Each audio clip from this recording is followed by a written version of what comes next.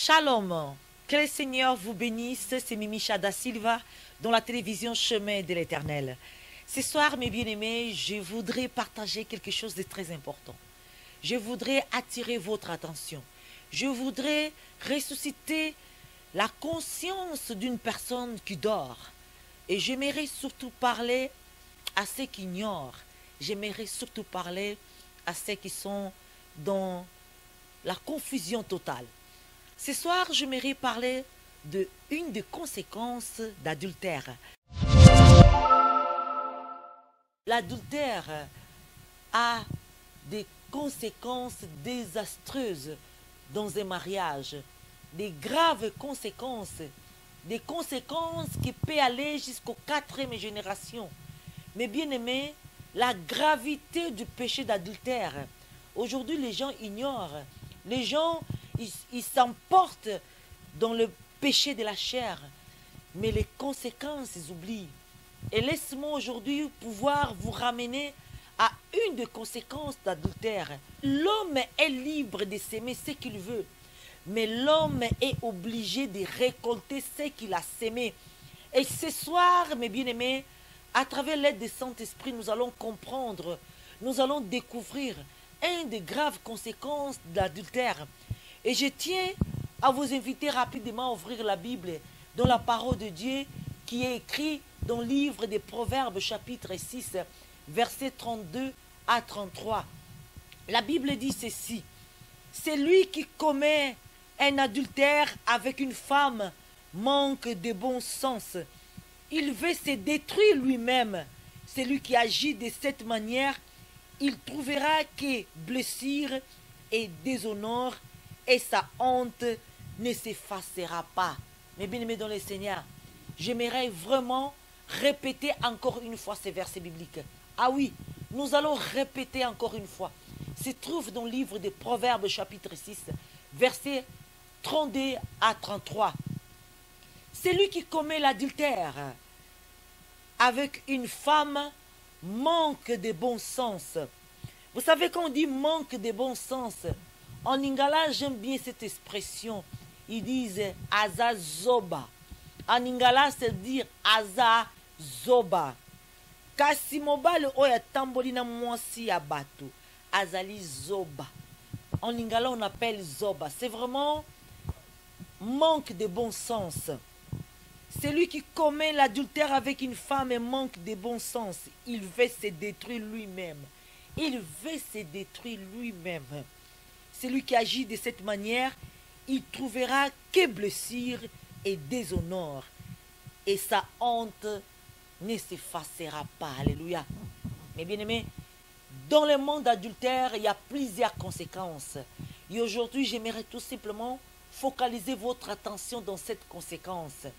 Parce que quand un mariage est gâté à cause de l'adultère, et souvent l'homme est adultère, l'homme il est dans le monde adultère. Une fois que le mariage est effacé, est cassé et détruit, la femme prend la décision de quitter. Et souvent la belle famille disent, depuis que notre fils s'est séparé de sa femme, la femme en question qui est partie a détruit la vie de notre fils. La femme en question qui a quitté notre fils, regarde aujourd'hui notre fils comme elle vit. Regarde aujourd'hui la vie de notre fils. Cette femme est partie, elle a détruit la vie de notre fils. Elle a détruit les finances de notre fils. Elle a détruit la santé de notre fils. Mais bien aimés dans le Seigneur, nous attendons beaucoup de plaintes. Nous attendons beaucoup des accusations. Mais aujourd'hui, j'aimerais rappeler à une personne. J'aimerais rappeler à la communauté. J'aimerais rappeler aux enfants de Dieu que l'adultère, ça, c'est un des salaires de l'adultère. On dit, il s'est détruit lui-même. Arrêtons d'accuser les autres. Arrêtons d'accuser la belle-fille. Arrêtons d'accuser le beau-fils. Parce que quand je parle de la femme adultère, je parle de l'homme adultère. Arrêtons des accusations. La Bible dit, c'est lui qui commet l'adultère. Il s'est détruit lui-même. Ce n'est pas la faute des autres. Ce n'est pas la faute de la belle famille. Ce n'est pas la faute de beau-fils ou de la belle-fille. Ce n'est pas la faute de celle ou celui qui est parti. Mais c'est lui-même. L'adultère détruit lui-même. Celui qui commet l'adultère, il se détruit lui-même. Mais bien aimé, c'est lui qui se détruit lui-même et c'est celui qui commet l'adultère. Ce n'est pas la femme qui est restée à la maison avec les enfants. Ce n'est pas l'homme qui est resté à la maison avec les enfants. Mais la femme qui est partie faire l'adultère, il s'est détruit elle-même. Arrêtons de jeter la pierre à gauche, à droite. Arrêtons des accusations inutiles. La Bible est claire. Celui qui commet l'adultère, il s'est détruit lui-même. Il s'est détruit lui-même. Mais bien aimé, il faut prendre conscience des conséquences désastreuses, des conséquences graves qui ramènent l'adultère. La Bible dit l'adultère ramène la mort à la maison. L'adultère a ramené la mort dans la maison de David. Souvent nous commettons l'adultère. Souvent nous sommes liés dans une relation d'adultère sans le savoir que cet adultère un jour peut ramener la mort de notre propre enfant. Sans savoir que cet adultère un jour peut coûter la vie de notre propre enfant. L'adultère ramène la mort à la maison. Commettre l'adultère, tu es en train de te détruire toi-même. Prenez conscience, il faut prendre conscience de la gravité de cet acte. Il faut prendre conscience de la gravité de cet acte.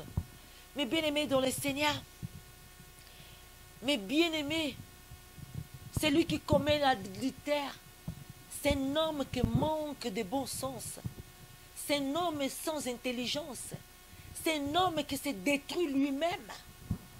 Mes bien-aimés, souvent, si vous n'avez pas de femme qui vous tient, si vous n'avez pas les femmes qui peuvent vous tenir dans la prière pour épargner certaines choses, si vous n'avez pas de femmes qui peuvent vous soutenir dans la prière pour que vous puissiez sortir dans ce monde d'adultère, la vie est gâtée. La vie est gâtée. Mais bien aimé, aujourd'hui, j'aimerais attirer l'attention. J'aimerais attirer l'attention à une personne. Peut-être il s'agit de ton frère. Peut-être il s'agit de ta sœur. Je t'en supplie. Quand tu vois ton frère dans le monde adultère, tu dois te mettre à la brèche dans la prière. Pour attirer, pour couper, pour ramener l'âme de ton frère dans le chemin de la vérité. Mais bien aimé, tu peux épargner la mort à travers de ta prière. On va continuer encore ce verset dit. Celui qui agit de cette manière, il trouvera que de blessures, des honneurs, et sa honte ne s'effacera pas. Il trouvera que de blessures. Celui qui commet l'adultère aujourd'hui, sachez-le que tu es en train de te détruire toi-même. Il te trouvera que de blessures. Tu vas être toujours blessé. Tu auras toujours la honte. Prenons conscience de la gravité. Ça détruit des vies. Ramène la mort à la maison. Mais bien aimé dans le Seigneur, c'est très grave. C'est très grave. Quand les conséquences vont apparaître dans ta vie, et surtout j'aimerais te dire, mon frère, vous êtes la cause. Vous êtes vous-même la cause. Vous êtes vous-même le protagoniste de la destruction de ta propre vie. Parce que la Bible est claire dans le livre des Proverbes.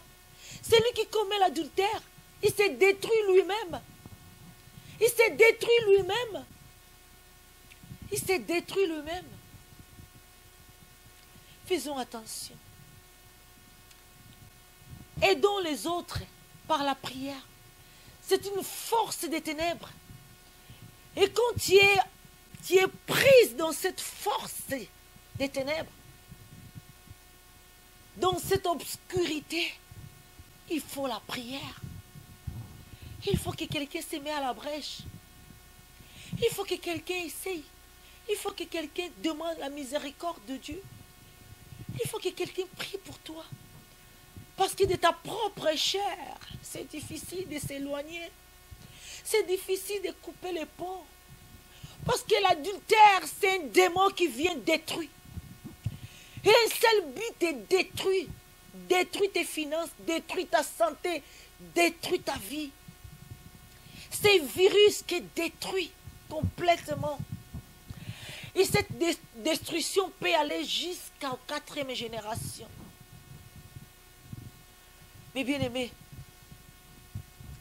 la famille chrétienne, ton frère est dans le monde adultère. Et aujourd'hui, il ramasse le pot cassé. Aujourd'hui, il vit les conséquences de l'adultère. Arrêtons d'accuser.